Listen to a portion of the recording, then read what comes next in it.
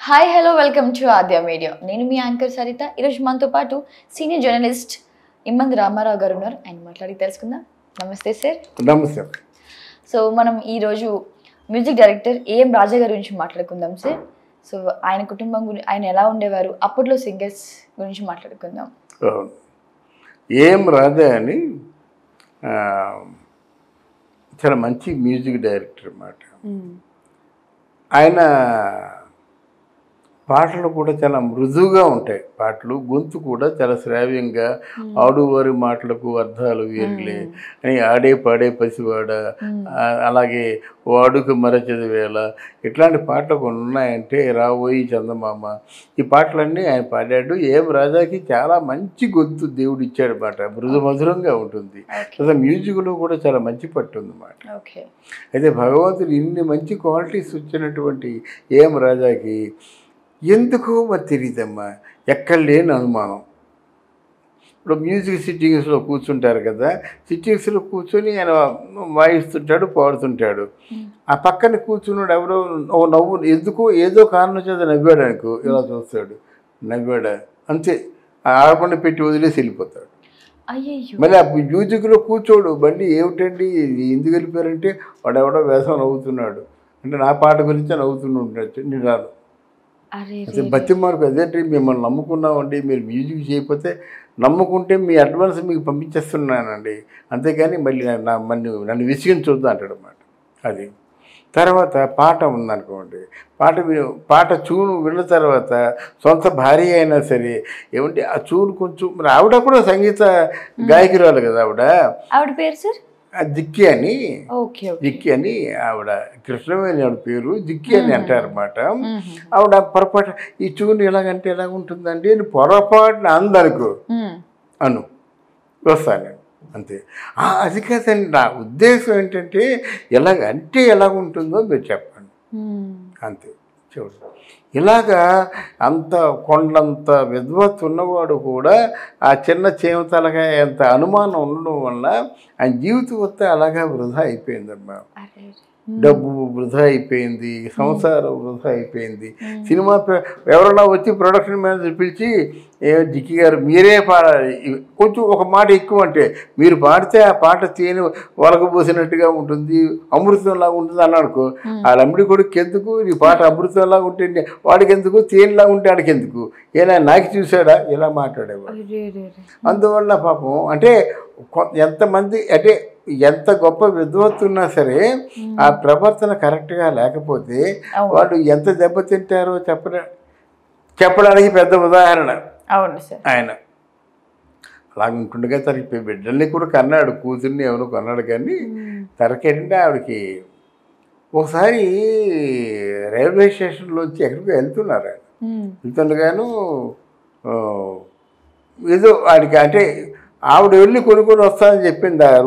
Platform మీద ఏవో సరుకులు, వాటర్ వీటర్ అంతా ఉంటుంది కదా, అవి కొనాలంటే ప్లాట్ఫారం మీదకి వెళ్ళి కొనుక్కొని వస్తావు నువ్వు, నీ కొంట అని వెళ్ళాడు.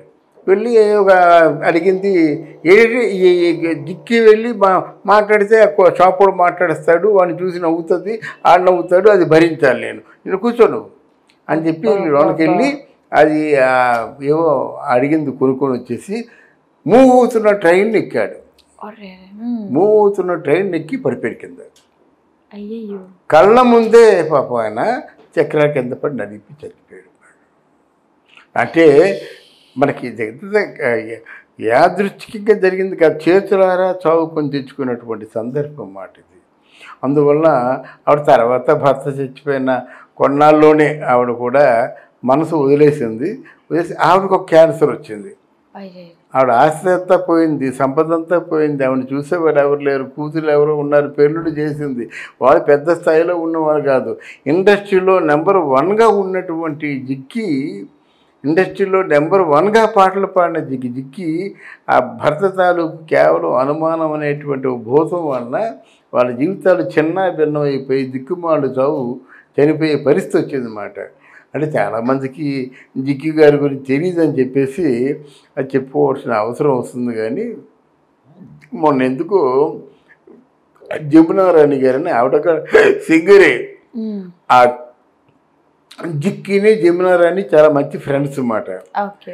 అయితే ఆ జిక్కిని ఆవిడ జీవితాన్ని చూసిన తర్వాత జమునారాణి ఏం చేసిందంటే, ఆ బాబోయ్ నాకు ఇట్లాంటి మొగుడైతే నాకు పెళ్ళి వద్దు ఏం వద్దు అని చెప్పేసి ఇంతవరకు పెళ్లి చేసుకోలేదు. ముసలమ్మ అయిపోయింది, 75 సంవత్సరాలు అయిపోయినాయి అన్నమాట. సార్ ఇప్పటికీ ఉన్నారు సార్ ఆవిడ, వాళ్ళ వైఫ్ ఇప్పటికీ ఉన్నారు సార్? ఎవరు? జిక్కి అని ఆవిడ ఇప్పటికీ ఉన్నారు? లేదమ్మ, చచ్చిపోయింది. క్యాన్సర్ అయిపోయినప్పుడు పాపం ఇక్కడ మన త్యాగరాజ గణసభలోనే కచేరీ చేయించి ఎంత వస్తే అంత ఇద్దామని చెప్పేసి ప్రయత్నం చేశారు. కానీ దురదృష్టం పోగైతే అన్నీ అలాగే బెడ్స్ కొడతాయమ్మా. పెద్ద ఏమో డబ్బులు రాలేదు. మరి ఆ క్యాన్సర్ బాగు చేయించాలంటే 10 లక్షల వరకు అవుతాయి అన్నమాట. ఎవరు సహాయం కూడా చేయలేదు. క్యాన్సర్తోనే చనిపోయింది అన్నమాట. అది జీవితంలో మర్చిపోలేని హృదయ విదారకమైనటువంటి బాధ అన్నమాట జిక్కి గారు అనుభవించారు. సో వీళ్ళకి జిక్కి గారు అప్పుడు ఎప్పుడు రావడం జరిగింది సార్? అదేమ్మా, అంటే జిక్కి గారిని మనం తొలితరం గాయని మనిగా చెప్పొచ్చు.